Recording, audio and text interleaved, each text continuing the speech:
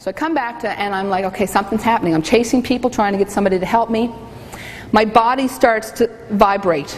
I can feel the energy moving through my body and coursing between the dendrites. I can feel them firing. Something's wrong. So I go to the doctors and I go to the psychiatrists. And they say, well, you're the official new authority on this because you were underwater for 15 minutes and we have nothing to compare you to. So whatever's happening, you are now kind of writing the path for what's happening to you. So I'm complaining to my mother and I'm saying how unhappy I am and how afraid I am and how I don't understand this and I don't understand what's going on. Plus I'm hearing voices. And these beings have been coming to me now and they're saying, look, what you did for a dying boy with a small group of people, you can do for a dying planet with a large group. And they're talking about the two pieces of our energy and how we can transfer our energy. You've just seen it happen. I'm like, yeah. And they said, well, you can do the same thing with the earth and the cosmos, and you can transfer energy and we can start this healing. And they gave me the time and the date, July 17th, 2007, 11:11 Greenwich Mean Time. I was like, what do you want me to do with that? Because I'm still depressed.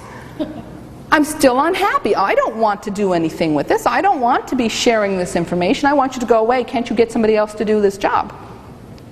My mother convinces me, please, please, please go to Montreal. So off I go to Montreal. And I start. I got a project for 1 hour. Do you want it? Do you want it? Do you want it? And I'm talking to shaman and religious people and different near-death people. And everybody's saying, look, it's not ours. We can't help you. So I'm like, is anybody going to come forward to help me with this?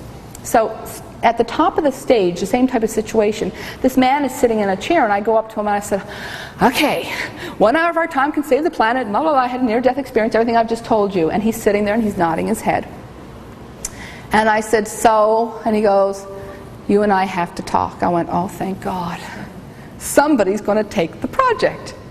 The man I was speaking to was a man named Dr. Stephen Greer. And Dr. Greer was a doctor of medicine at a big hospital in Virginia, so I could respect him. He wasn't crazy because he's a doctor of medicine at a hospital. So now I had like a kind of a validation point that this guy must know what he's talking about. And he's the coordinator of a world project called SETI, which is the search for extraterrestrial life in the universe. And his mandate was to stop space wars because you don't know how God is going to show up. And I said, God? And he said, yeah. And I went, what does God have to do with any of this? And he said, well, who do you think made the extraterrestrials that talk to you? Oh, I never thought of that. I didn't see correlation. So I said, oh, okay. And he said, well, let's talk. So he took me out to lunch. And he brought along his assistant, which was this very angelic looking young girl named Annie.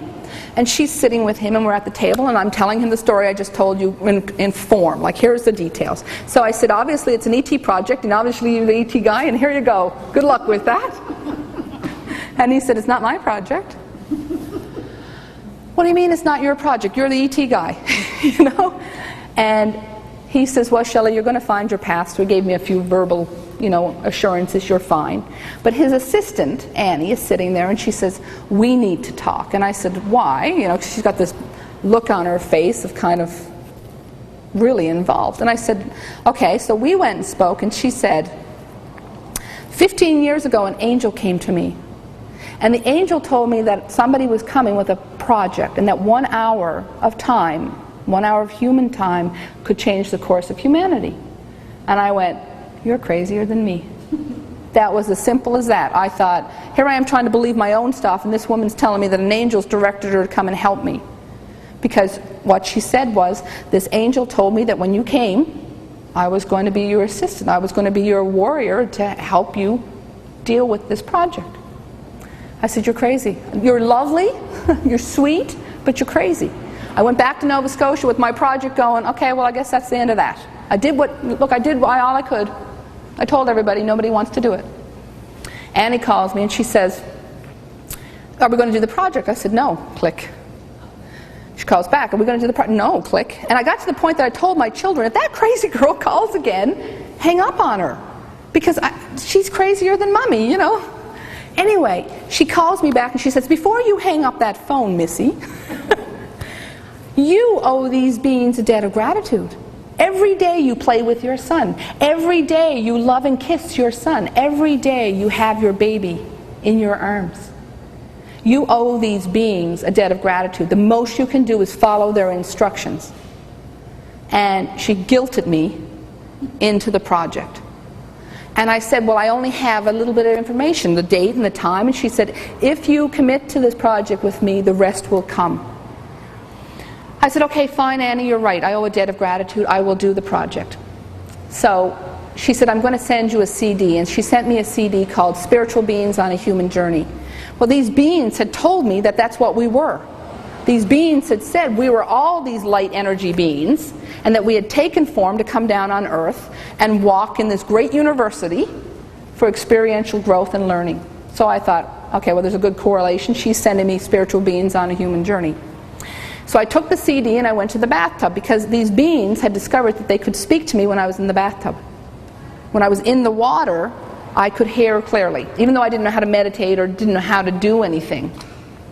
So I stuck the CD in the little player next to the bathtub, and I got in the bathtub and I said, okay, what do you got to say? You know?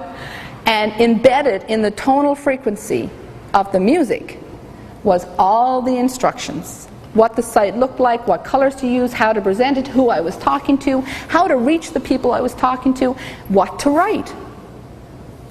Wow, that's cool. So I got out, I wrote everything down, I called Annie up, I said, okay, I got all the instructions. And I said, but who in the heck is going to build us a website? She said, my husband said that he'll do everything for us for free. Because one of the stipulations was, everything you do must be for free. Don't pay anybody, and don't get paid for anything. And Annie was doing her piece for free, and I was doing my piece for free. I said, well, we can't pay him. She said, that's okay. He says he's going to do it for free. And in the early days of us doing all this together, he called me and he said, why does God always get poor people to do stuff for free? Because neither one of us had any money. But here we were doing this stuff and not really, we're just blindly kind of following the instructions. I said, I don't know, Bradfield, but I guess we're doing it. So we built the entire site. Bradfield followed the instructions. I said to the beings, I'm ready. Can you tell me what to write, please? And nothing. I said, I need the words. Nothing. They got it. I got in the bathtub and they said, do you think that we're going to do everything for you?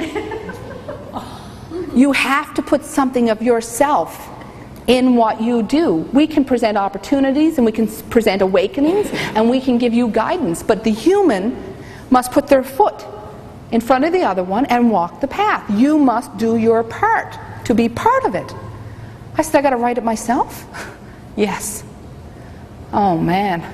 So right up to the final hour, Bradfield's, I need the text. I wrote it. I just sat down, blah, blah, blah, blah, blah, and I wrote it.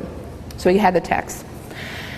So then I said, now how am I supposed to share this? We got a website with no money and no advertising, but you want me to tell the world. Gather a mass of humans such as the world has never seen. How am I going to do it? They said, you're going to do a chain letter, and you're going to write, dear friend, dear universal friend, you know. You're going to write the chain letter to tell who you are, just briefly. And if you feel a resonance in your heart of my truth, please check out the website. And if your heart feels more resonance, please share it with those you love. And that's what the little letter said. So I had my database, Annie had a database, and Bradfield had a database. That was pretty much what we were dealing with. We sent out the letter. Within 2 weeks of sending out the letter, I'm standing in my kitchen, standing in the kitchen going, okay, God, if that's what we're dealing with. Because, you know, it's like I'm still walking the I'm not sure path. I've done everything you asked. So bring it on. If you want this thing to happen, bring it on. The next day, the phone rang. He said, this is George Norrie from California. I got a radio show in California. I'd like you to be on my show. And I was like,